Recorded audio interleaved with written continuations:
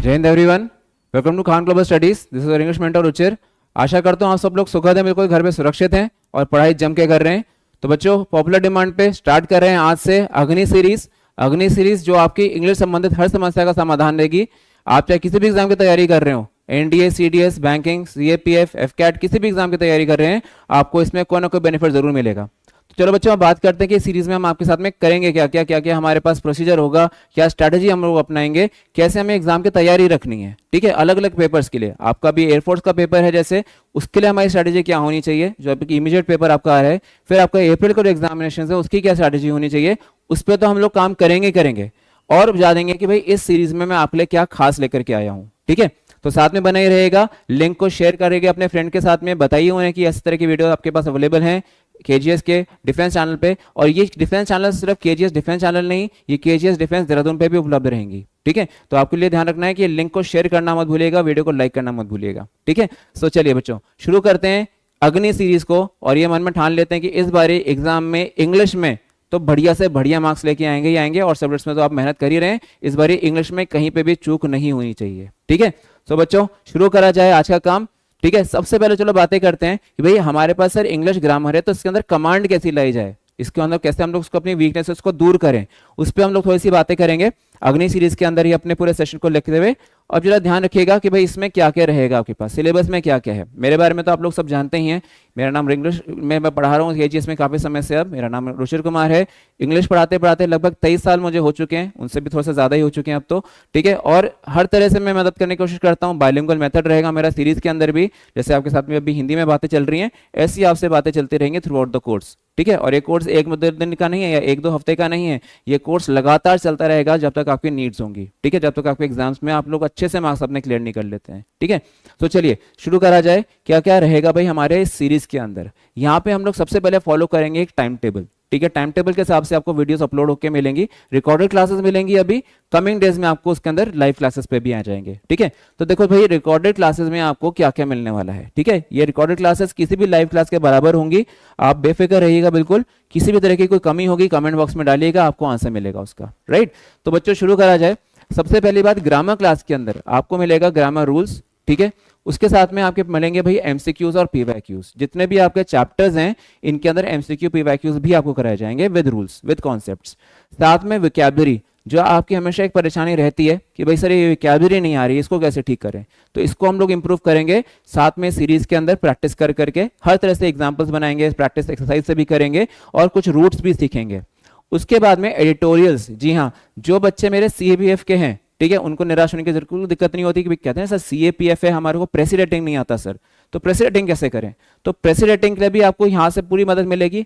ठीक है, आपको जितने भी ऐसे रेटिंग का पोर्शन होगा उसके लिए मदद मिलेगी, और साथ में एडिटोरियल्स, ताकि आपकी जनरल अंडरस्टैंडिंग इंप्रूव हो सके, मोर ओवर आपकी विकैबुलरी और बूस्ट हो सके। ठीक है, तो ये सारी चीजें आपके पास एडिटोरियल्स में रहेंगी टाइम टेबल बेसिस पे। और हमारे लगातार मॉक टेस्ट होंगे उन बच्चों को खास ध्यान रखते हुए जो अपने अभी एयरफोर्स के पेपर देने वाले हैं। ठीक है, इन 10-15 दिनों में जो अपने एयरफोर्स के पेपर देंगे उन बच्चों के लिए खासकर ये सीरीज स्टार्टिंग में मैं ऐसा कुछ डिजाइन करूंगा कि उनको मॉक टेस्ट मिले, ताकि उनकी एक प्रैक्टिस हो सके along with concepts of course. ठीक है, तो बच्चों टाइम टेबल ऐसा रहेगा हमारा, आप देख सकते हैं ध्यान से। यहाँ पे आपके पास मंडे के दिन आपका, जैसे आज का है अपना रिकॉर्डिंग का सेशन अपना चल रहा है फिलहाल, तो आप क्या रखेंगे, विकैबुलरी का पोर्शन देखेंगे मेरे साथ में और मॉक टेस्ट। चलो आज विकैब की जगह पे मैं स्ट्रेटजी बताऊंगा आपको थोड़ी सी कि आपको कैसे अपने कोर्स को डिजाइन करना है, आगे किस तरह से आपको प्रैक्टिस करनी है। ठीक है, बाकी जब आपके पास ट्यूसडे और वेडनेसडे मिलेगा तो आपके ग्रामर रूल्स विद एमसीक्यूज वगैरह डिस्कस होंगे। साथ में आपके पास थर्सडे को एडिटोरियल्स के लिए पूरा अपना 1 घंटे का सेशन फिक्स रहेगा। हाँ, ये जो रिकॉर्डेड क्लासेस भी अगर आती हैं तो ये 1 घंटे से कम की नहीं होंगी। ठीक है, ये ध्यान रखिएगा, ये 1 आवर एटलीस्ट जाएंगी। उसके बाद में फ्राइडे के दिन आपका मॉक टेस्ट लगेगा, और सैटरडे संडे को आपको मैं आपकी सेल्फ स्टडी कर दूंगा ताकि आप एनालाइज करें आपकी वीकनेसेस को, और अगले दिन आके फिर से मुझसे डाउट्स वगैरह पूछें। जी ये टाइम टेबल चेंज होगा बच्चों। ठीक है, आपके मन में ना सर ये टाइम टेबल एक सा ही रहेगा क्या, नहीं, ये आपके रिक्वायरमेंट के हिसाब से मैं चेंज करता रहूंगा। इसमें डाउट सॉल्विंग क्लासेस भी लेके आऊंगा आपकी, जो आप मुझसे लगातार ऑफलाइन या ऑनलाइन में मुझसे पूछेंगे। ठीक है, तो कमेंट बॉक्स में बिल्कुल सारे अपने कमेंट्स डालने हैं, वीडियो को शेयर और लाइक करना मत भूलिएगा बिल्कुल भी। ठीक है, और चैनल को सब्सक्राइब कर लीजिए अगर आप नए हैं तो ये आपके पास कौन से पोर्टल्स पे उपलब्ध रहेगी पहले इसकी भी जानकारी ले लेते हैं। केजीएस डिफेंस पे तो ये आपके पास होती है हमेशा की तरह, और साथ में केजीएस डिफेंस देहरादून जी हमारा जो देहरादून सेंटर है यहाँ पे भी अपना YT का चैनल उपलब्ध है, तो इस पे आपको ये वीडियो भी मिलेंगी, ठीक है। तो जो मेरे ऑफलाइन के स्टूडेंट्स हैं बच्चों, तुम्हारे तो मजे ही हैं फिर तो, ठीक है। ऑफलाइन में भी पढ़ोगे और ऑनलाइन में भी पढ़ोगे, और कोशिश ये रखूंगा कि चैप्टर अलग अलग हो, ठीक है। अगर मैं ऑफलाइन में टेंसेस पढ़ा रहा हूँ तो यहाँ मैं कोई और चैप्टर कराऊँ, तो आपका टाइम सेव हो जाए और आपको ज़्यादा से ज़्यादा मदद मिल सके, ठीक है।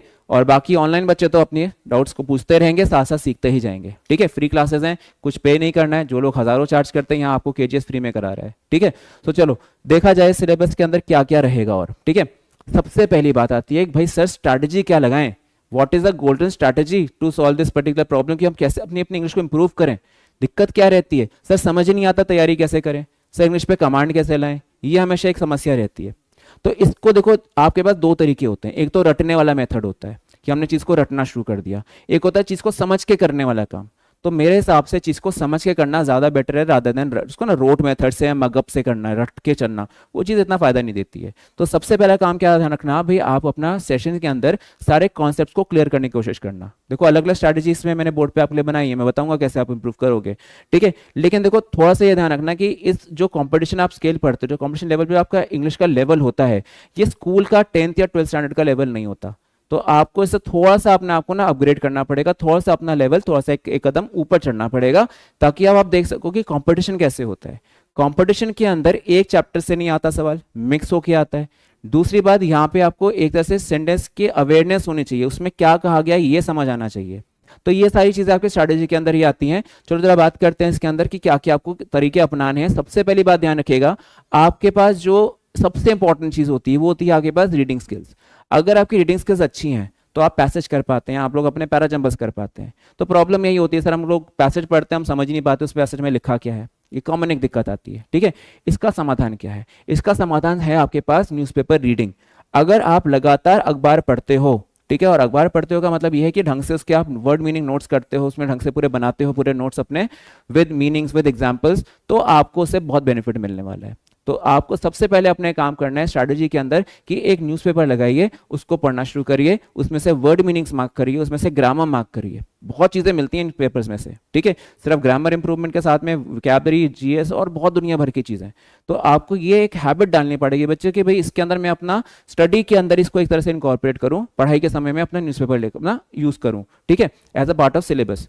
फिर देखो आपके पास और दिक्कत क्या है, आपके पास टाइम मैनेजमेंट की समस्या है, ठीक है। आपको अपना टाइम मैनेजमेंट करने में पेपर में दिक्कत आती है, तो आपको एक टाइम टेबल के अकॉर्डिंग अभी से हैबिट डालनी पड़ेगी, एक टाइमर के अकॉर्डिंग चलना पड़ेगा। तो टाइम मैनेजमेंट पे आपको थोड़ा सा काम करना है मेरे साथ में इस सीरीज के अंदर, ठीक है। जब मैं आपके मॉक टेस्ट लूंगा टाइमर के अकॉर्डिंग चलेंगे साथ में। उसके बाद देखो और जो पोर्शन आता है कैसे कॉम्पिटिशन में अपनी ग्रामर को हम इंप्रूव कर सकते हैं, वो है आपके पास रीडिंग कॉम्प्रिहेंशन से मैंने बताया ना। तो अगर आप रीडिंग कॉम्प्रिहेंशन को इंप्रूव कर लेते हो, देखो इसके आते हैं कम से कम 10 सवाल, 5 से 10 सवाल इसके पेपर में रहते हैं, ठीक है। तो अगर इसको आपने इंप्रूव कर लिया तो कंसिडरेबल हिस्सा आप स्कोर कर लेते हो, ठीक है। उसके बाद आपके पास ग्रामर के जो रूल्स हैं इसके ऊपर भी देखो मैं कहता हूँ कॉन्सेप्ट पढ़ो, कॉन्सेप्ट पढ़ोगे तो ये बेटर होगा। आप सिर्फ इसको सिर्फ एक तरह से ना प्रैक्टिस में MCQ लगा लिए या PYQ लगा लिए और उतने ही कुएं के मेंढक बने रह गए खाली कि उतना ही हिस्सा मैंने याद कर लिया, तो भैया फिर तो मुश्किल ही हो जाएगा। फिर तो जो मैं कह रहा हूँ उसका कोई फायदा ही नहीं है, फिर तो इस सीरीज से मैं कितनी चला लूँ उसका कोई फायदा नहीं है। आपको कॉन्सेप्ट समझना पड़ेगा, कॉन्सेप्ट समझ गए तो जीवन आसान है भाई, फिर तो कहूंगा मैं आपके लिए बड़ा काम आसान हो जाएगा। कॉन्सेप्ट समझ के अप्लाई करना है, ठीक है, फिर आपके MCQ रहेंगे। तो मेरा भी टारगेट ये रहेगा बच्चों सीरीज में कि मैं आपको MCQ और PYQs के साथ में कॉन्सेप्ट भी बताऊं, ताकि आपका एक प्रॉपर चैप्टर के जैसा ना रह जाए किताबी, या सिर्फ PYQ MCQ ना रह जाए, वो मिक्स होके लगे, कॉन्सेप्ट समझ के लगे, ठीक है, अंडरस्टैंडिंग बने आपकी। तो हमारे पास भैया ये कुछ रहेगा।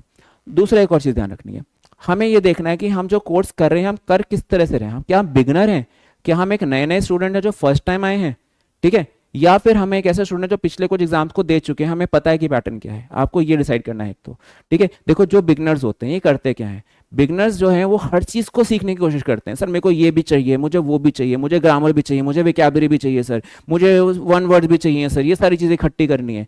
ये गलती ना करो, आप प्रायोरिटाइज कर लो कि आपको कौन सी आपकी वीकनेसेस हैं, आप उसके हिसाब से चलो। सब चीजें इकट्ठी करोगे तो कुछ नहीं हो पाएगा, ठीक है। जो हमारे थोड़े से एक्सपीरियंस होल्डर्स होते हैं जो 1-2 पेपर दे चुके होते हैं, उन्हें शायद समझ आ जाता है कि वहां पे कॉन्सेप्ट ही काम करता है। तो जो बिगिनर्स हैं उनसे आपको मैं कहूंगा कि आप सब तरह का प्रयास करो, बस सब कुछ एक साथ करने का प्रयास मत करो। आप अपनी प्रायोरिटीज बना लो कि भैया मुझे पहले अपने वर्ड मीनिंग ठीक करने हैं, या मुझे पहले अपनी ग्रामर ठीक करनी है। मैं सजेस्ट करूंगा कि पहले ग्रामर ठीक कर लो, फिर वर्ड मीनिंग पे फोकस कर लो, अगर थोड़ा सा ज्यादा कमजोर बच्चे हो आप तो। ठीक है, दूसरी बात आपको ध्यान रखना है कि देखो प्रैक्टिस से मत डरो। आप प्रैक्टिस करने से डरते हो, आप रिलेक्टेंट रहते हो इन प्रैक्टिस वक्त, तो प्रैक्टिस करने से कभी पीछे मत जाओ। ठीक है, ग्रामर रूल जरूर सीख लिया है लेकिन उसकी एप्लीकेशन भी करो।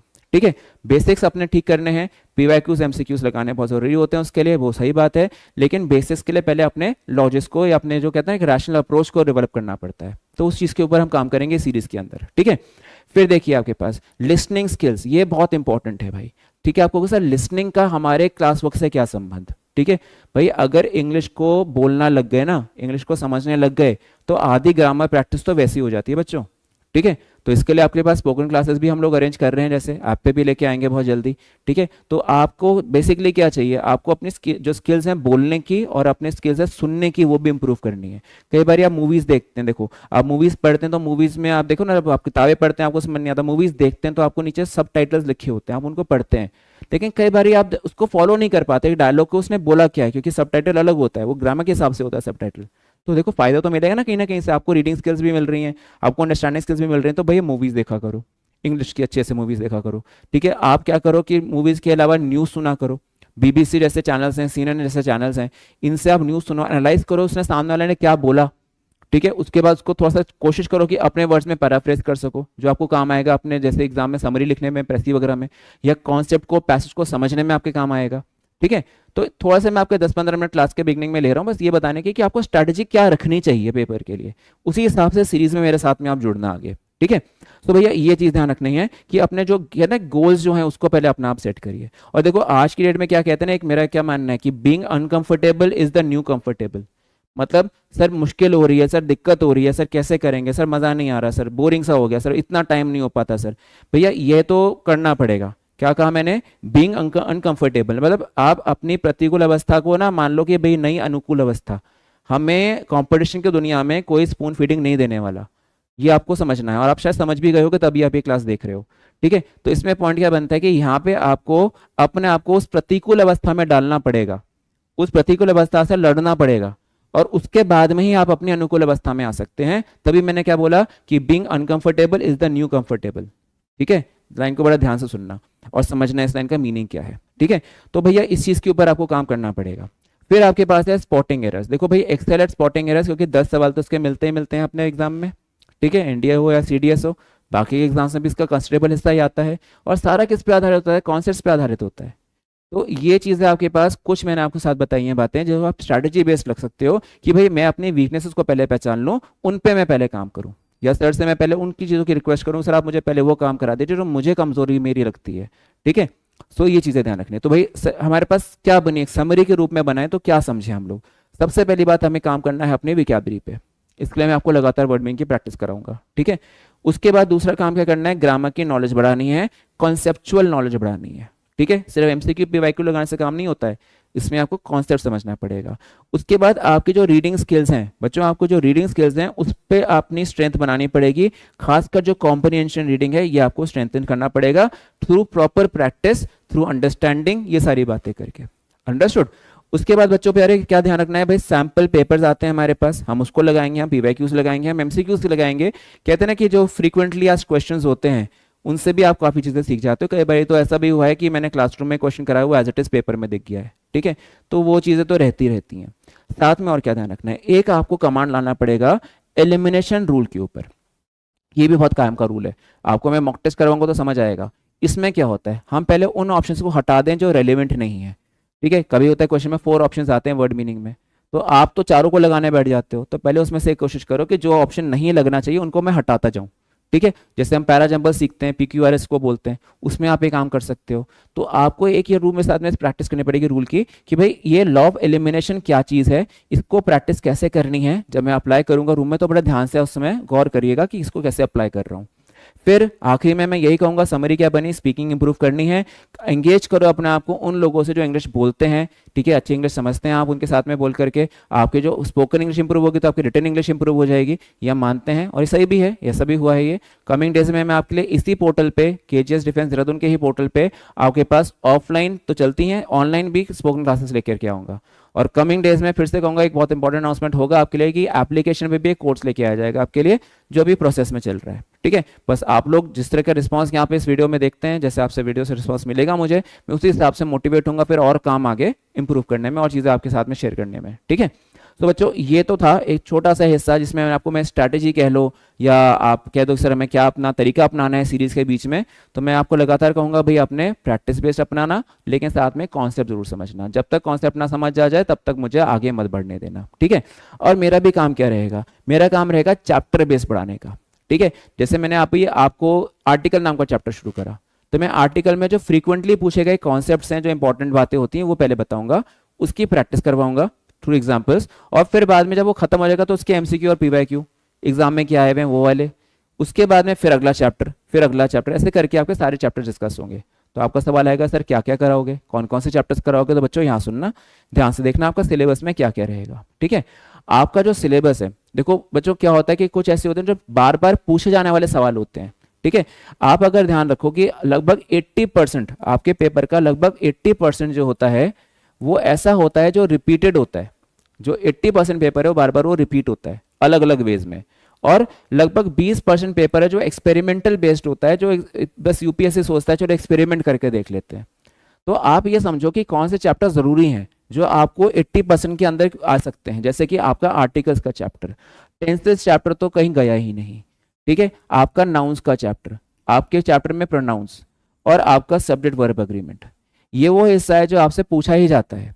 कंजंक्शंस और प्रीपोजिशंस तो एक अलग सेक्शन बना के पूछा जाता है।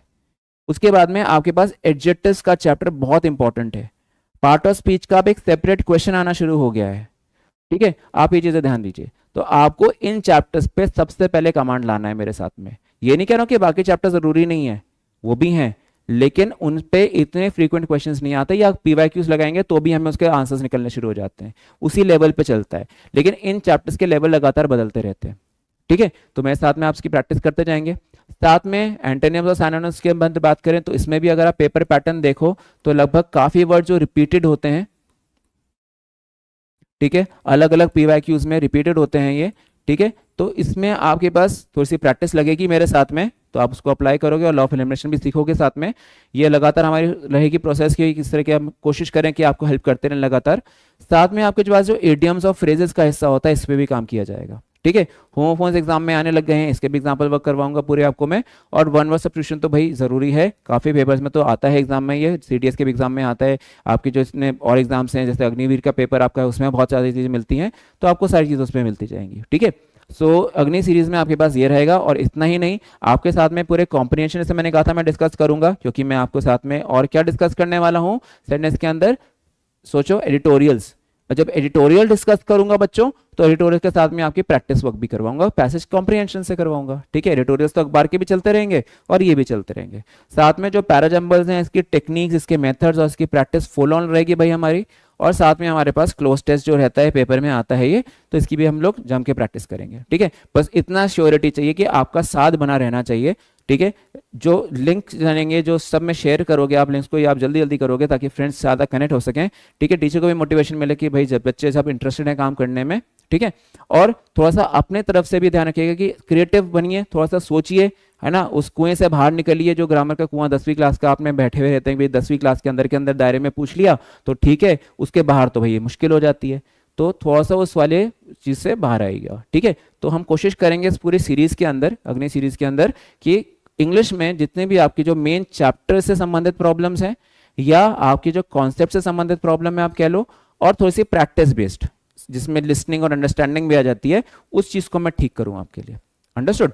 तो प्यारे बच्चों, ये एक चीज़ थी आपके साथ में जो मैंने शेयर करनी थी। आज फर्स्ट डे, फर्स्ट लेक्चर है, फर्स्ट डे हमारे पास मॉक टेस्ट का था, आज मंडे टाइम टेबल था, तो मैंने विकैबरी का सेशन आज ना करा करके पहले आपसे थोड़ी सी स्ट्रैटेजी शेयर करी है। अब मैं थोड़ा सा मॉक टेस्ट आपको करवाऊंगा।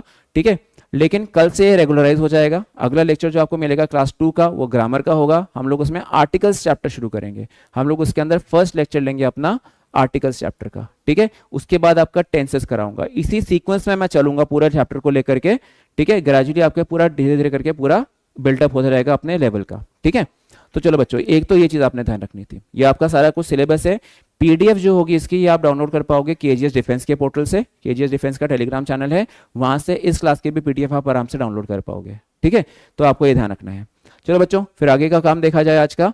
ठीक है, कोई दिक्कत हो कमेंट बॉक्स में डालिएगा, या मुझे आप अगर ऑफलाइन है तो आप पर्सनली आके मिल सकते हैं। देखो ऑफलाइन क्लासेस और ऑनलाइन क्लासेस में ये डिफरेंस होता है कि ऑफलाइन क्लास में बच्चा डायरेक्टली हमारे पास अप्रोच कर लेता है, ऑनलाइन क्लासेस में आप लोग दूर बैठे हो। लेकिन मैं कोशिश ये रखूंगा कि बिल्कुल ऐसा कुछ रहे कि आपस में फील ही ना हो कि हम लोग दूर बैठे हुए हैं। जैसे मैं आपके एप्लीकेशन में क्लासेस पढ़ाता हूँ, उस समय आप लोग ऐसा लगता है बिल्कुल मेरे सामने बैठे हुए हैं, शायद आप लोगों को भी ऐसी फील आती हो। तो उस तरह से ही हम लोग पढ़ाई करेंगे, जैसे हम अपनी एप्लीकेशन में पढ़ाई करते हैं या अपनी ऑफलाइन क्लास में पढ़ाई करते हैं। ठीक है, तो सारे प्यारे बच्चों को इंपॉर्टेंट चीज़ें थी मैंने बताई हैं, कुछ शेयर करिए आपके साथ में। तो चलो आज शुरू करते हैं अपना पहला मॉक टेस्ट। ये मॉक टेस्ट अग्निवीर स्टूडेंट्स के लिए खासकर है। ठीक है, आप लोग भी मेरे साथ में इसको सॉल्व करेंगे और टाइम मैनेजमेंट के हिसाब से करेंगे। ठीक है, ये ध्यान रखिएगा। ठीक है, और फिर कल मिलेंगे तो चैप्टर के साथ में, बाकी अपना टाइम टेबल तो है ही बच्चों। चलो बच्चों पहला क्वेश्चन लेते हैं। सबसे पहले आपके पास आता है स्पॉटिंग एरर्स का हिस्सा है। स्पॉटिंग एरर्स में कॉन्सेप्ट भी बताऊंगा साथ में आपको, मैंने कहा था बिना कॉन्सेप्ट के मेरा काम होता नहीं है बच्चों, तो कॉन्सेप्ट भी बताऊंगा। ठीक है, तो बस डटे रहिएगा, जमे रहेगा, याद रखिएगा भाई मेहनत करने वाले को ही सफलता का रास्ता दिखता है हमेशा, है ना, वही सफलता का स्वाद चूक सकता है अपना। तो बस बढ़िया से अपना कोशिश करते जाओ। चलो यहाँ पे देखो पहला क्वेश्चन आता है आपके लिए, ये लिखता है भाई सेंटेंस के अंदर, he is the most intelligent and also very talented student of the college. He is the most intelligent. अब सुनो ध्यान से, सेंटेंस के अंदर आता है लिख करके कि अगर कोई एक इंसान है, एडजेक्टिव चैप्टर का नियम है ये। ठीक है, अगले पेज पे ले लेते हैं, क्या लिखा इसने, he is the most intelligent and also the very talented student. अब अगर ग्रामर की मैं बात करूं इसके अंदर कि ग्रामर की क्या अप्रोच आपने लगाई है नंबर 1 क्वेश्चन के अंदर, तो मुझे ये समझ आता है कि अगर एक इंसान के 2 गुणों की बात की जाती है, ठीक है, एक इंसान की क्वालिटी है, एक इंसान की क्वालिटी ये रही क्वालिटी 1 और क्वालिटी 2, और इधर कनेक्ट किससे करा हुआ है यहाँ पे, एंड से। ठीक है, तो ऐसा करने पर जब इनको हमने जोड़ दिया है और तुलना में लाए हैं दूसरा इंसान या किसी भी एक व्यक्ति की, अगर मैं बात करूं सब में से एक व्यक्ति की बात कैसे हुई, ठीक है, कैसे, then Jaipur the capital city of Rajasthan, sorry ये दूसरा था, याद हो गया, ये वाला था सवाल। ठीक है, लिखता है the very talented student of the college, ये रहा, वो सवाल ही गलत खुल गया था, हाँ ये रहा, ऑफ द कॉलेज। तो अब आपने क्या समझना है कि he is the most intelligent and also the very talented student of the college. अब इधर देखो जरा, दूसरे जब इंसान से तुलना करूंगा तो ये डिग्रीज जो होंगी ये कंपैरेटिव होंगी। ठीक है, ये दोनों डिग्रीज क्या होंगी, कंपैरेटिव होंगी। ठीक है, या फिर ये सिमिलर टाइप की डिग्रीज होंगी। ठीक है, तो अब यहाँ पे ध्यान रखो गलती कहाँ दिखता है, he is the most intelligent and also the very talented student. अब यहाँ पे सेंटेंस के अंदर he is the most intelligent तो समझ आ जाता है क्योंकि खुद में से एक की बात कर रहे हैं, ऑल्सो द मोस्ट टैलेंटेड होना चाहिए ना बच्चा, टैलेंटेड, मोर टैलेंटेड, मोस्ट टैलेंटेड, तो वेरी टैलेंटेड कैसे आया, तो यहाँ पे क्या लगाओगे आप, मोस्ट टैलेंटेड। ठीक है, तब मैंने बोला या तो कंपैरेटिव होनी चाहिए या दोनों सुपरलेटिव होनी चाहिए, दोनों के दोनों डिग्रीज का एक ही तरह का नेचर रहेगा, या तो दोनों कंपैरेटिव या दोनों सुपरलेटिव। ठीक है, तो क्या लिखा गया, he is the most talented या फिर ही इज द, एग्जांपल क्या था देखो एक बार फिर से, he is the most intelligent. ठीक है, intelligent, more intelligent, most intelligent, इस प्रकार की डिग्री है, इंटेलिजेंट, मोर इंटेलिजेंट। ठीक है, और एक दिया उसने मोस्ट इंटेलिजेंट। उसी प्रकार से टैलेंटेड, ठीक है, मोर टैलेंटेड, और एक दिया गया है आपके पास मोस्ट टैलेंटेड। और एडजेक्टिव में सीखेंगे जब सब में से एक की बात की जाती है तो उसके अंदर सुपरलेटिव डिग्रीज आती हैं। ठीक है, बात की गई सब में से एक, 1 आउट ऑफ मेनी। तो आपकी एरर डिटेक्शन कहां पे होगी, अब देखो थोड़ा लॉजिक लगा के चले हम लोग। ठीक है, तो लॉजिक में क्या कहा गया कि he is the most intelligent and also the most talented student of the college, तो गलती सी में दिखाओगे आप लोग। ठीक है, इस तरह से अपने पेपर को करो, और जब मैं एडजेक्टिव्स पे जाऊंगा चैप्टर खोलूंगा आपके लिए पूरा डिटेल में, तब तो और डिटेल्स मिलेगी आपको उसके रूल्स की, तब साथ में कॉन्सेप्ट और डीप में आप सीखोगे मेरे साथ। ठीक है, अगला देखिए, nowadays the weather is getting more cold and colder. अब चीज समझो, मोर कोल्ड एंड कोल्डर, ये क्या हुआ सेंटेंस के अंदर अगर मैं बात कर रहा हूँ ज्यादा ठंडे से ठंडा होता जा रहा है, ज्यादा और ज्यादा ठंडा होता जा रहा है, तो फिर से डिग्री ऑफ एडजेक्टिव की गलती है। ठीक है, नाउअडेज इन दोनों जो मौसम है is getting colder and colder. अभी पीछे देखो एक नियम पढ़ा उसमें दोनों रूल्स लग गए, देखो ये रहे, एक नियम पढ़ते दोनों रूल्स आ गए, या तो दोनों ही कंपैरेटिव होंगी या दोनों ही सुपरलेटिव होंगी। वेदर की तुलना कर रहा हूं, वेदर और ज्यादा ठंडा होता जा रहा है, तो ये चीज बोले जाएगी। तो इस सेंटेंस के अंदर एरर डिटेक्शन की अगर बात आती है फिर से उस सवाल के अंदर, तो मैं क्या बोलूंगा कि nowadays the weather is getting more cold and colder, नहीं, weather is getting colder and colder. ये रहा काम आपका, ठीक है, कोल्डर एंड कोल्डर। देखो एक हेडिंग सीखी हमने खाली, ठीक है, और एक हेडिंग से 2 सवाल आंसर में आ गए, ठीक है। तो थोड़ा सोच के चलना बच्चा लोग, जितने भी प्रैक्टिस करोगे प्यारे बच्चों, ढंग से कॉन्सेप्ट से करना और इसके नोट्स बनाइएगा। एक कॉपी बनेगी आपकी जिसमें आप नोट्स बनाएंगे ग्रामर के, एक कॉपी बनेगी वर्ड मीनिंग की और एक कॉपी बनेगी एडिटोरियल की। आप घर पे हो तो इतना काम कर सकते हो, ठीक है। उसके बाद भैया अगले आ जाइए, अगले पोर्शन को देखा जाए क्या दिया इन्होंने कि कोलकाता इज, अब बोलता है further from Alwar then Jaipur the capital city, ठीक है, ये बोला। अब देखो यहाँ पे एक वर्ड होता है फार, फिर एक होता है FARTHER फार्दर, एक होता है FARTHEST फार्देस्ट। इसका मतलब होता है दूरी, दूरी मतलब डिस्टेंस बताना, कितनी दूर है वो, ठीक है, डिस्टेंस बताने का काम करता है ये, ठीक है। और एक होता है बच्चा लोग हमारे पास फर्दर, स्टार्टिंग में ये लिखा जाता है फार लिखा जाता है, लेकिन कंपेरेटिव में फर्दर, इसमें होता है ना कि अतिरिक्त वाले केस में, तो फर्दर, फिर फर्दर और फर्देस्ट, ये एक तरह की डिग्री होती है। फिर से इसका मतलब होता है अतिरिक्त जानकारी, ठीक है, क्या मीनिंग होता है इसका, अतिरिक्त जानकारी, ठीक है, एक्स्ट्रा इंफॉर्मेशन, अतिरिक्त का सेंस निकलता है ये, ठीक है। तो यहां पे देखना ध्यान से कि अगर सेंटेंस के अंदर FA लग रहा है तो ये डिस्टेंस बता रहा है, और अगर सेंटेंस में FU के साथ में आता है तो ये क्या बताता है आपको, एक्स्ट्रा जानकारी।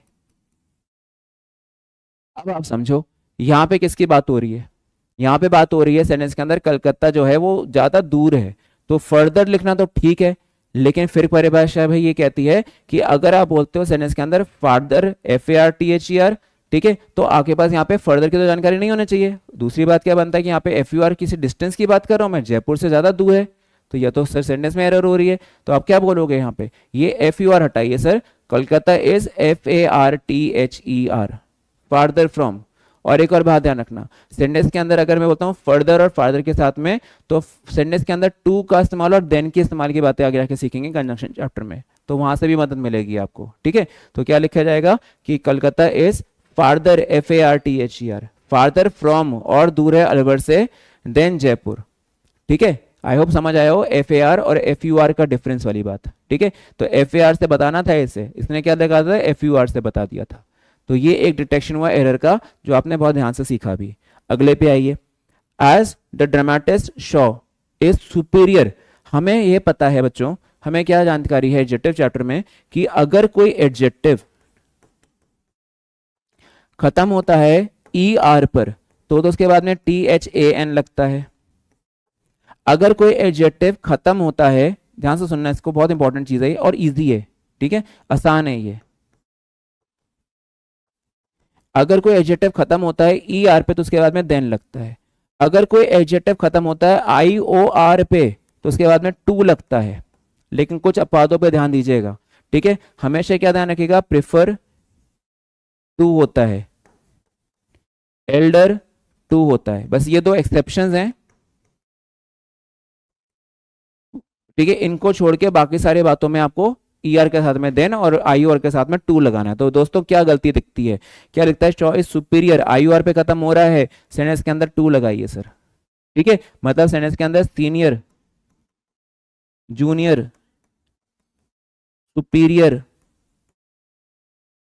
इंफीरियर, ठीक है, समझो कैसे बना रहा हूं मैं ये पूरा, ये इंफीरियर ऐसे करके देखो, आखिरी में IOR IOR IOR IOR, तो इनके साथ में क्या लगेगा, टू का इस्तेमाल, यहाँ पे देन का इस्तेमाल नहीं होना चाहिए था, ठीक है। बस एक्सेप्शन क्या है, प्रेफर टू होता है और एल्डर टू होता है, मैंने आपको अपवाद बता दिए, ठीक है। इन चीजों के ऊपर थोड़ा सा ध्यान रखिएगा।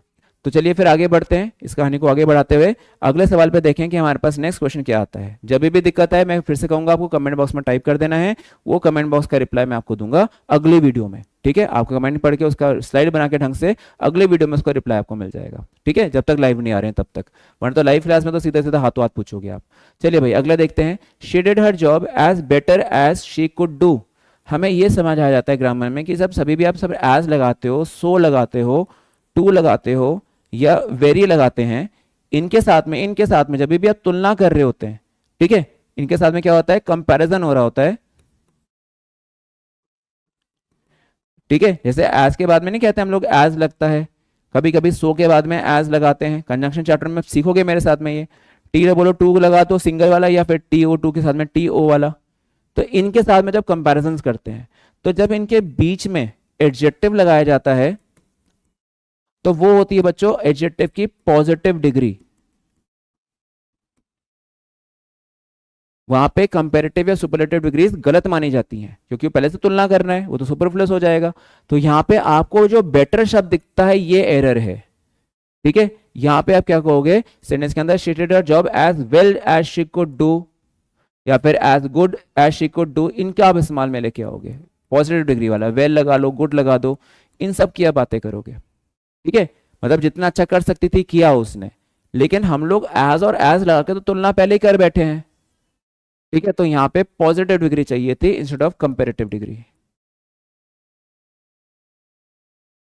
तो ये एक महत्वपूर्ण आपके पास लॉजिक बना, आई होप आपको समझ आया होगा। चलिए फिर आगे कहानी बढ़ाएं, आगे देखें भाई अगला प्रश्न क्या है हमारे पास। और इस बीच में जो बच्चे नए जुड़ रहे हैं, रिमेंबर केजीएस डिफेंस देहरादून को सब्सक्राइब करिएगा, केजीएस डिफेंस चैनल को सब्सक्राइब करिएगा, ताकि नोटिफिकेशन और अपना सारे जो कि ना बेल आइकन दबा दो, ताकि पूरे नोटिफिकेशन आप तक पहुंच जाए, ठीक है। और केजीएस डिफेंस के जो टेलीग्राम चैनल है उसको भी आप सब्सक्राइब कर लेना, लिंक्स इसी वीडियो के नीचे डिस्क्रिप्शन बॉक्स में पड़े होंगे सारे, ठीक है। तो चलिए अगले बढ़ते हैं, फिर अगला सवाल देखें कि क्या आता है हमारे पास। अगले हिस्से में हमारे पास आता है भाई कुछ वर्ड मीनिंग्स आ गए, अब हमें क्या निकालना है, ऑपोजिट इन मीनिंग। अब बच्चों ये ध्यान रखो, अब लॉ ऑफ एलिमिनेशन भी लगाऊंगा यहाँ पे, ठीक है। अब यहाँ पे दिक्कत क्या होती है, कई लोग क्या करते हैं कि वो सीधा देखते हैं और छूटते हैं, बस tick mark tick mark tick mark tick mark, ये नहीं पढ़ रहे सवाल क्या है। एंटो का सानों में लगा के आ रहे हैं, सानों का एंटो में लगा के आ रहे हैं, और घर जाकर सिर पकड़ के बैठे हुए हैं, ठीक है। तो भैया पेपर को पहले पढ़ लो फिर आंसर दो, ठीक है। अब देखो यहाँ पे वर्ड्स क्या है, सबसे पहली बात आती है नंबर 6 के अंदर पैरेलल। पैरेलल जानते हो ना, साइंस में पढ़ते हो, फिजिक्स में पढ़ते हो, सब जगह पे मैथ्स में पढ़ते हो, पैरेलल लाइंस जो कभी आपस में इंटरसेक्ट नहीं करती हैं, ऐसे लगा लो, ठीक है। अब पैरेलल का हमें ऑपोजिट देना है दोस्तों, ठीक है। अब देखो ऑप्शन क्या दिया, रैंडम। रैंडम होता है बिना क्रम के, ठीक है। सबके मीनिंग्स तैयार होने चाहिए कॉपी में, आपके हिंदी में लिखा रहा हूं, ठीक है, बिना किसी क्रम के, ठीक है, ये ध्यान रखिएगा। उसके बाद डाइवर्जेंट का मतलब क्या होता है, जो आपस में मिल जाए, आपस में जाके, ठीक है, आपस में कंबाइन हो जाए, ठीक है, डाइवर्ज हो जाए, ठीक है। उसके साथ में बनता है जो आप बाद में आगे जाके जुड़ जाए, ठीक है, ये ध्यान रखिए जाएगा। स्टार्टिंग से अलग थी लेकिन बाद में जाके जुड़ गई, ठीक है। फिर वेवी का मतलब होता है कर्व्ड, जिसको बोलते हैं ना इस तरह से वाला, ये वाला रेडियो वेव्स वाला, ये वेवी होता है। कर्व्ड का मतलब भी घुमावदार होता है, इस तरह से, इससे नहीं है, सांप का शेप लेता है। तो आप खुद सोचो, पैरेलल जो आपस में कभी मेल ना खाए, आपस में कंबाइन ना हो, जो आगे जाकर के अगर लाइन ऐसे जा रही है और आगे जाकर के दूसरी लाइन में मर्ज हो गई, तो ये क्या कहलाता है, डाइवर्जन। डाइवर्जन कहलाता है। डाइवर्जन क्या होता है, रोड्स में बनता है, कहते हैं ना हमारे शहर में डाइवर्जन है, तो ये डाइवर्जन क्या बनता है, यहां से रोड आपस में क्रॉस हो जाती है, ठीक है। तो ये जो डाइवर्जन है इसको क्या बोलते हैं, डाइवर्जेंट। डाइवर्जेंट वर्ड से क्या ध्यान रखना है मुझे, डाइवर्जेंट वर्ड को। अब समझ आया कैसे लगाना था, तो इस तरह से ध्यान रखना, आंसर 3 लगाओगे इसका आप, ओके। वेव ही नहीं लगाना, क्योंकि वेव तो एक ही है, रेडियो वेव तो एक ही बह रही है, ठीक है, कर्वी भी वही है, उसी तरह से ध्यान रखना है। अगले सवाल पे बढ़ते हैं।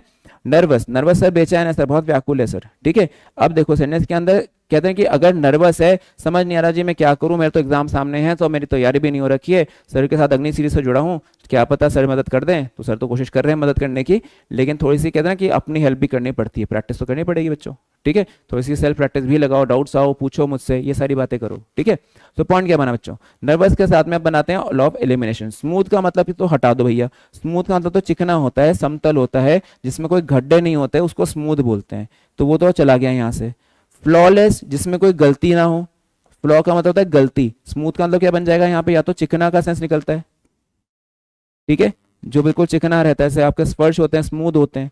फिर फ्लॉलेस, जो कहते हैं बिना किसी मिस्टेक के, जो परफेक्ट होता है अपने आप में, इसमें कोई तरीका ना, उसमें कोई तरह का कमी नहीं होती है, उसमें अभाव नहीं होता चीज का, तो उसको हम फ्लॉलेस बोलते हैं, समथिंग विच इज परफेक्ट, ठीक है। उसके बाद देखो कंपोज्ड, नर्वस क्योंकि एक तरह का व्यवहार है, एक तरह का बिहेवियर है, तो बिहेवियर वाले वर्ड को बिहेवियर वाले वर्ड से जोड़ो ना भाई, कंपोज्ड, कंपोज्ड क्या होता है, वो अपने आप में धैर्य जमाए हुए है, अपने आप में अपना संयम बांधे हुए है, तो ही इज क्वाइट कंपोज्ड।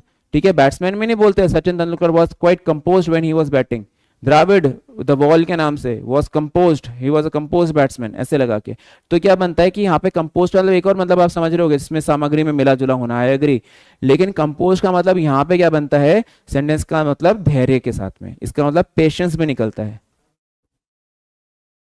ठीक है, इसका मतलब पेशेंस भी निकलता है बच्चों। ठीक है, तो ऐसे ध्यान रखना था। इसका आंसर नंबर 7 का आप लगाओगे नंबर 3 वाला। इमेच्योर होता है जो बचकानी हरकतें करे, चाइल्ड लाइक। ठीक है, चाइल्डिश, चाइल्डिश एग्जैक्ट वर्ड है इसके लिए। ठीक है, बचकाने काम करने वाला, तो उसको हम लोग क्या बोलते हैं, चाइल्डिश के रूप में। फाइन, तो यहाँ पे आपने ध्यान रखना था, नंबर 7 ये रहा था आपके लिए। अब चलो बूम की बात करते हैं। बून, बून और बेन, ये वर्ड सुना होगा आपने, बून और दूसरा वर्ड है बेन। ठीक है, बून होता है वरदान और बेन होता है अभिशाप, कर्स जिसको बोलते हैं ना, शाप देना किसी को, या कहते हैं ना वरदान को उल्टा क्या बनता है, कर्स। अभी किसी को कोई ना बुरे वर्ड्स बोल देना, फायदे या नुकसान ऐसे भी लगाते हैं, तो वरदान और दूसरी तरफ क्या लिखा है, किसी को शाप दे देना, तो वही बनता है बेन का सेंस। ठीक है, अच्छा समय बुरा समय। इकोनॉमी में हमारे अर्थशास्त्र होता है उसमें अच्छा, कभी कभी ना इकोनॉमिक्स में पढ़ते हैं, तो हमारी अर्थव्यवस्था में कभी कभी बूम आता है, कभी कभी बेन आती है ना, डिप्रेशन आ जाता है, तो इसमें क्या लगाते हैं, बूम का मतलब पॉजिटिव सेंस देता है, तो हमें तो ऑपोजिट निकलना है बच्चों। तो आंसर क्या बन गया, बून एंड बेन, ये तो मुहावरे से समझ आ जाता है। ठीक है, बाकी का मतलब है हर्ट, चोट पहुंचाना, डल जिसको अंधेरा हो जहाँ पे थोड़ा सा, हार्श यानी कि कठोर का सेंस निकलता है ये। ठीक है, तो ये तो आपको थोड़े से समझने पड़ेंगे एप्लीकेशन के साथ में। ठीक है, इन सब की गारंटी मेरी है, विद प्रैक्टिस आपको बढ़िया से करवाऊंगा, बस जुड़े रहना पूरी सीरीज में मेरे साथ में। ठीक है, ये एक दिन 2 दिन का जोश ना हो, ये लगातार बना रहना चाहिए थ्रू आउट द सीरीज। ठीक है, ये मेरी प्रॉमिस रहेगी कि आपको मैं बढ़िया से करा के भेजूंगा। ओके, जैसे हमेशा करवाया है इस तरह से आगे भी काम चलेगा। ठीक है, चलो अगला बढ़ते हैं, डे 1 पे अगला सवाल देखते हैं।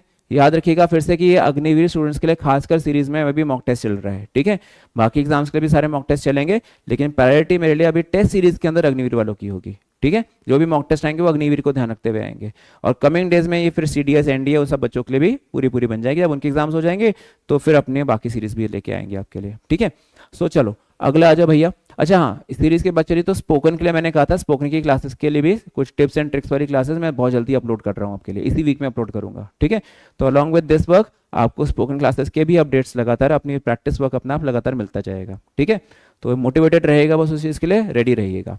चलिए भाई अगला निकालते हैं, एंटोनिम्स निकालना है। द वर्ड ऑपोजिट मीनिंग अभी भी वो चल रहा है। तो फ्लरिश का मतलब क्या होता है भाई, फ्लरिश का मतलब होता है फूलना फलना, प्रोग्रेस करना। ठीक है, फूलना फलना मतलब होता है कि जैसे देखते हो ना कि कहीं पे सूखा पड़ा हुआ है, सूखा पड़ा हुआ, सारे पेड़ वेड़ मर गए हैं, बिल्कुल ना डेजर्ट सा बन गया, रेगिस्तान सा बन गया है, लेकिन अचानक से वर्षा आ गई, बारिश आ गई, तो सब जगह हरियाली है ना, सब जगह पे बढ़िया से हो जाता है, घास वास उग जाती है, मतलब कोपले फूट जाती हैं, पत्तों पे फूल, पेड़ों पे फूल आ जाते हैं, तो क्या होता है, वो फ्लरिश करता है, तरक्की करता है, ग्रो करता है। ठीक है, अब देखो ऑपोजिट क्या दिया उसने, ऑपोजिट में दिया रिटार्ड। रिटार्ड होता है बाधित करना, या रिटार्ड होता है रोकना, किसी को स्टॉप करना या रोकना। ठीक है, ये सेंस बना। अब ध्यान रखना ऑपोजिट देना है, एंटोनियम निकालना है इसका। ठीक है, अब देखो सेंटेंस के अंदर दिया इसने रिटार्ड, फिर एक दिया स्टॉप रोकना, हैम्पर बाधित करना, तो बचा ही क्या मेरे पास, इंप्रूव। ठीक है, अब सेंटेंस के अंदर क्या बोलता हूं मैं, इंप्रूव, तो सिमिलर मीनिंग बन जाता है। तो अब इसके अंदर आपको लॉजिक निकालना है, लॉ ऑफ एलिमिनेशन लगाने का। एक जैसे मीनिंग आ गया ना, तो अब लॉ ऑफ एलिमिनेशन लगाओ। प्रोग्रेस अगर तरक्की होती है तो निरंतर तरक्की करना, नई नई उपलब्धियां प्राप्त करना। अब स्टॉप तो होता है रोक दिया, रिटार्ड होती है फुल स्टॉप लगा दिया, लेकिन फ्लरिश का एक दिन में होता है नहीं, फ्लरिश एक चेन होती है, धीरे धीरे करके आगे बढ़ता है इंसान, धीरे धीरे हमारी प्रकृति बेटर होती जाती है ना, तो ये चीज बनती है, ये काम स्लो होता है, ग्रेजुअली होता है, ये ध्यान रखो, ये काम स्लोली होता है, धीरे धीरे से। ठीक है, अब उल्टा क्या बना, हैम्पर, ये इसका बेस्ट आंसर बनेगा। सर रिटार्ड और स्टॉप भी तो बेस्ट आंसर है, मैं कहा नहीं, ये बेस्ट आंसर क्यों नहीं, क्योंकि एंटोनियम चुनना है हमें, ऑपोजिट निकालना है। तो एंटोनियम के अंदर आपको देखना है नियरेस्ट एंड मीनिंग निकालो। हैम्पर मतलब होता है बाधित करना, ये बीच में रुकावट पैदा करता है, इस वजह से जब एक तो रोक दिया, एक होता है रुकावट करना काम में। ठीक है, तो जब ये रुकावट की बात करेगा ना, बाधित करने की बात करेगा, रुकावट की बात करेगा, तो ये बीच बीच में क्या करेगा, हर्डल्स डाल देगा। ठीक है, बॉटल नेक्स डाल देगा। ठीक है, ऐसे ध्यान रखिएगा, बॉटल नेक्स कर देगा, हिंड्रेंसेस इसको हम बोलते हैं। ठीक है, ऑब्स्टिकल्स बोलते हैं। ठीक है, अब देखो जब रेस में होता है, ठीक है, रेसिंग के गेम रेस में होता है कि जब हम भागते हैं ट्रैक्स पे तो देखते हो कई बार क्या होता है कि जैसे कोई चल रही होती है रेस, तो बीच बीच में ना यहाँ पे वो छोटे छोटे से ना लगा देते हैं वो लोग ऑब्स्टिकल्स, और जो भागने वाले होते हैं, जो रेसर्स होते हैं, क्या करते हैं, इनके ऊपर से, जो भी एथलीट्स होते हैं, इनके ऊपर से छलांग लगाते हुए भागते हैं, ठीक है, यहाँ पे आए वो इधर छलांग लगाए, फिर आए यहाँ छलांग लगाए, फिर यहाँ छलांग लगाए, फिर यहाँ से छलांग लगाया, ठीक है, तो इसको ऑब्स्टिकल रेस बोलते हैं हम लोग, ऐसे नहीं पढ़ते हम लोग, हर्डल रेस पढ़ते हैं। तो इसलिए क्या बनता है, ये उनकी स्पीड को कुछ देर के लिए कम कर देती है, ऐसे करके रोक नहीं देती है, उन्हें रुक थोड़ा गया जाके ऐसे तो ना खड़ा होकर जा करके, नहीं, वो वहां पे कुछ देर के लिए रुक जाते हैं, धीमे हो जाते हैं, ठीक है, तो ये सेंस बनता है आपके पास रोकने वाला सेंस। लेकिन रुकावट बनना, बॉटलनेक्स या फिर ऑब्स्टिकल जो मैंने लिखा, इसीलिए मैंने इसको हैम्पर दे रहा हूँ, मैंने स्टॉप या रिटार्ड का मीनिंग नहीं लगाया, ये रीजन दिया आपको। प्रोग्रेस का मतलब दिखता है ना यहाँ पे, प्रोग्रेस का मतलब तो स्टॉप वाला है, हॉल्ट वाला सेंस, लेकिन तो फुल स्टॉप ही हो गया अचानक से, विराम लग गया, ये विराम की बात नहीं है, प्रोग्रेस फ्लरिश धीरे धीरे, तो ऑपोजिट क्या है, हैम्पर में है, ठीक है। अगले पे आइए, कैप्चर, कैप्चर मतलब होता है किसी को पकड़ लेना, तो आंसर बड़ा आसान है इसका, लिबरेट, ठीक है, ऑपोजिट देना है इसमें, कैप्चर मतलब होता है किसी को पकड़ लिया, बंदी बना लिया, ठीक है, तो ऑप्शन में क्या बनेगा, लिबरेट बनेगा, आजाद करना, ठीक है, ये ध्यान रखना। तो आजाद कर दिया किसी को, तो कैच, स्टॉप, डिटेन, इन सभी का मतलब क्या होता है, कैप्चर ही होता है, पकड़ के रखना, गिरफ्तार कर लेना, ठीक है, तो क्या बना आपने, पकड़ना, ठीक है, ये चीजें, या गिरफ्तार करना ज्यादा अच्छा वर्ड होगा,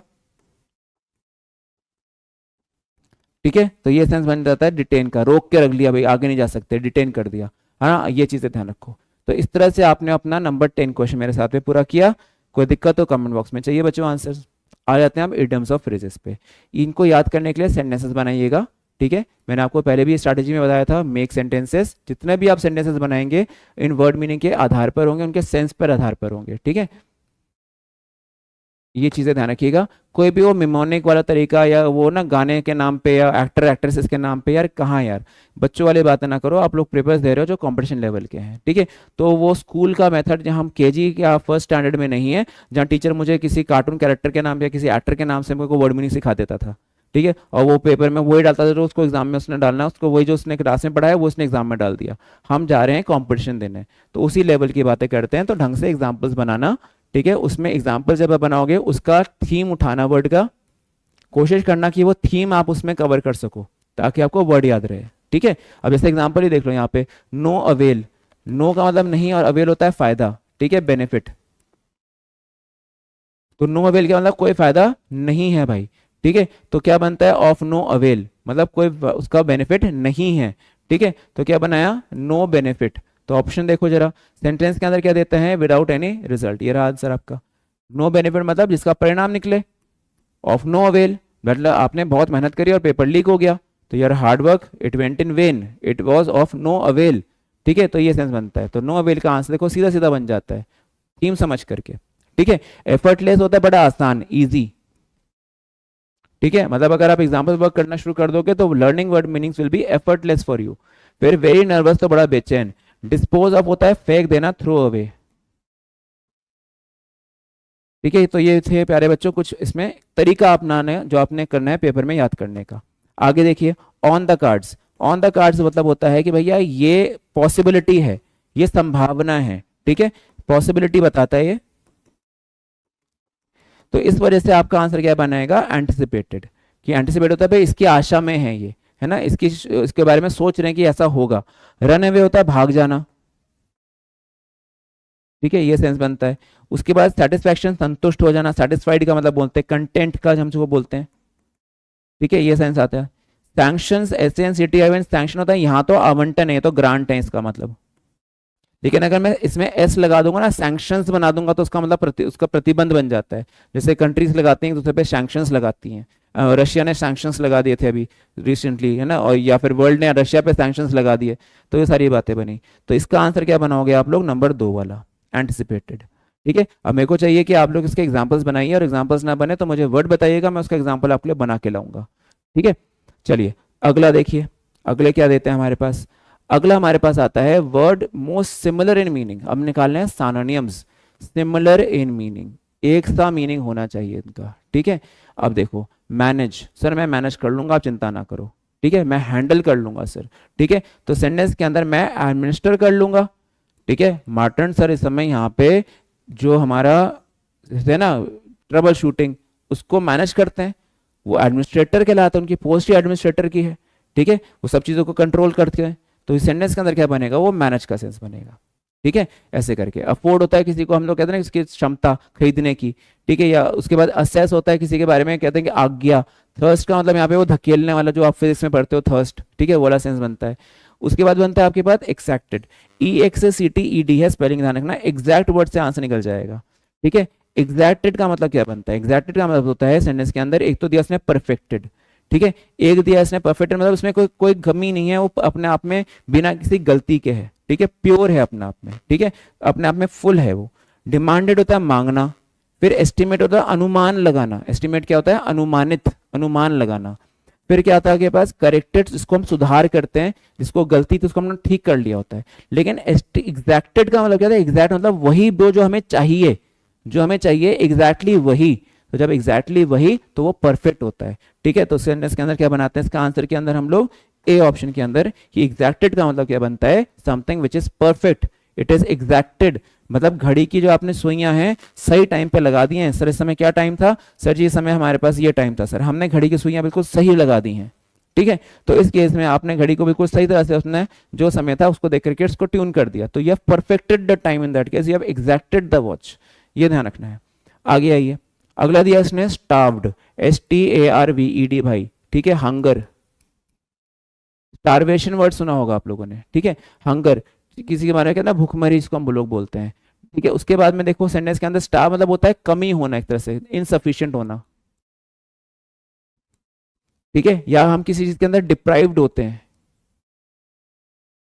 जब किसी से हम लोग वंचित रह जाते हैं चीजें से, ठीक है। लेकिन यहाँ पे एक और मीनिंग दिया हुआ है, स्टार्व मतलब भूख के हिसाब से भी होता है, तो यहाँ पे डिप्राइव्ड का सेंस इतना ज्यादा अप्रोप्रिएट लगेगा या फिर इमेंसिपेटेड, तो आंसर क्या बनता है, डिप्राइव्ड। स्टार्व्ड मतलब होता है कि he was starved to death, ये सेंस बनता है, ठीक है। तो यह ध्यान रखना, इसके अंदर एक तो होता है फास्टिंग, फास्टिंग तो होता है भाई जब उपवास करते हैं हम लोग, आजकल उपवास करते हैं, ठीक है, नवरात्रि चल रहे हैं जैसे। डिसएडवांटेज का मतलब होता है जिसको कहते हैं कि उसकी विफलता के चांसेस कम है, वो ज्यादा नेगेटिव साइड पर ज्यादा है, ठीक है। डिप्राइव्ड होता है वंचित रखना, ठीक है, प्रोवाइड ना करवाना, और इमेंसिपेटेड होता है कमजोर, दुबला पतला, ठीक है। तो अब आप बताओ खुद सोच करके, ही लुक्स इमेंसिपेटेड या ही इज डिप्राइव्ड। तो यहाँ पे स्टार्व का मतलब बनता है जो खाना मिले तो पोषण नहीं मिलता, तो पोषण नहीं मिलता तो हम दुबले पुतले हो जाते हैं, तो इमेंसिपेटेड वाला केस, ठीक है। तो चलो भाई अगले सवाल को देखें।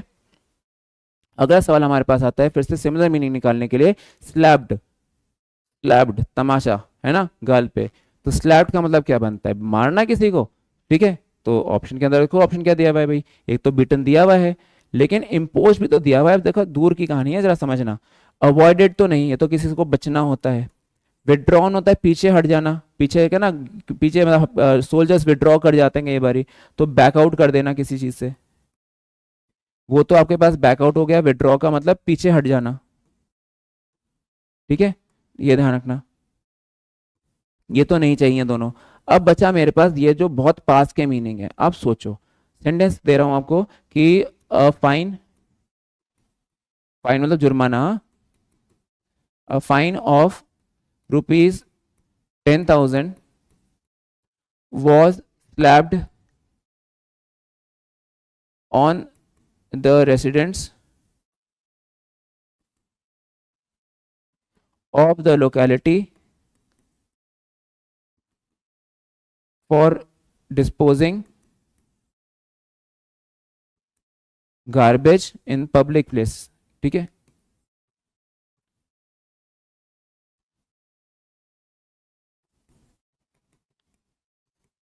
अब आप बताओ, फाइन उन पे तमाचे की तरह ये, या सच में मार पिटाई, तो यहाँ पे फाइन को लागू कर दिया, इम्पोज कर दिया उन पे,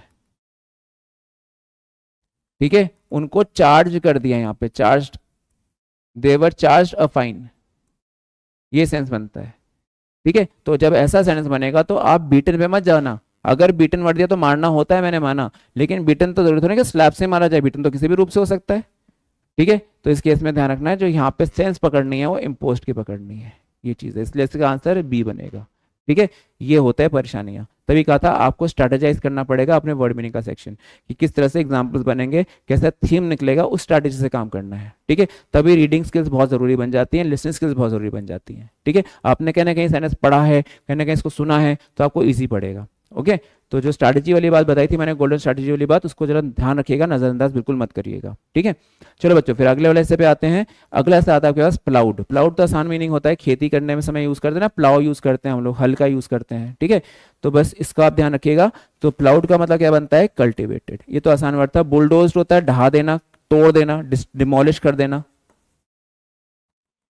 जो योगी जी करते हैं यूपी में, ठीक है। रिकवर्ड होता है किसी चीज को वापस प्राप्त करना, पुनः प्राप्त करना, ठीक है।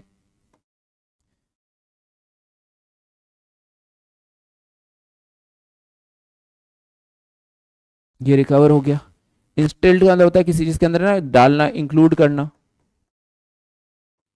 शामिल करना। तो आंसर क्या बनेगा, खेती करने से प्लाउड का सेंस। ये इजी वर्ड है, ठीक है। चलो बच्चों अगला देखें। अगला हमारे पास क्या चीज़ है भाई, देखा जाता है पैराजम्बल्स, ठीक है। अब क्योंकि ये पैराजम्बल्स है, ठीक है, और हमारे पास टाइम का है थोड़ा सा भाई इस समय कमी, ठीक है। तो क्या करेंगे, कल जब आप मुझे मिलोगे क्लासरूम नंबर 2 में, ठीक है, क्लास 2 जो होगी आपके पास इस सीरीज की, ठीक है, ये सीरीज की जो क्लास 2 होगी, कल हम 2 काम करने वाले हैं, ठीक है। कल हम 2 काम क्या करने वाले हैं, हम सबसे पहले सीखेंगे पैराजम्बल्स करने का, यानी कि PQRS करने का क्या टेक्निक होता है, ठीक है, यह ध्यान रखिएगा, ठीक है। इसकी टेक्निक सीखनी बहुत जरूरी है, ठीक है। टेक्निक भी क्यों, क्योंकि ये 2 प्रकार का होता है। इसके अंदर एक टाइप 1 आता है और एक टाइप 2 आता है, ठीक है बच्चों। तो ये आप ध्यान रखेंगे, मेरे साथ टाइप 1 टाइप 2 की टेक्निक सीखेंगे। उसके बाद में हम करेंगे थोड़ी बहुत इसकी प्रैक्टिस, क्योंकि बिना प्रैक्टिस के तो काम बनेगा नहीं मेरे बच्चों, ठीक है। हम इसके कुछ MCQs लगाएंगे, हम इसके कुछ PYQs लगाएंगे, ठीक है। ये काम तो जरूरी होगा, जैसे मैंने कहा था स्ट्रैटेजी के अंदर आपको टेक्निक भी सीखना है, आपको उसके MCQ PYQs भी करने हैं, ठीक है। और फिर क्योंकि हमारा क्लास 2 में ग्रामर भी पढ़ना है, तो हमारे पास लगभग करीबन 15 से 20 मिनट, 15 to 20 मिनट्स हमारे पास इधर के हिस्से पे जाएंगे PQRS पर, और जो बचा हुआ 1 घंटे में से जो टाइम बचेगा हमारे पास 40 मिनट करीब का समय, तो 40 मिनट्स में हम लोग ग्रामर शुरू करेंगे। हम लोग स्टार्टिंग करेंगे विद इंपॉर्टेंट कॉन्सेप्ट्स, ठीक है, किसके, आर्टिकल्स के, ठीक है, ध्यान रखिएगा,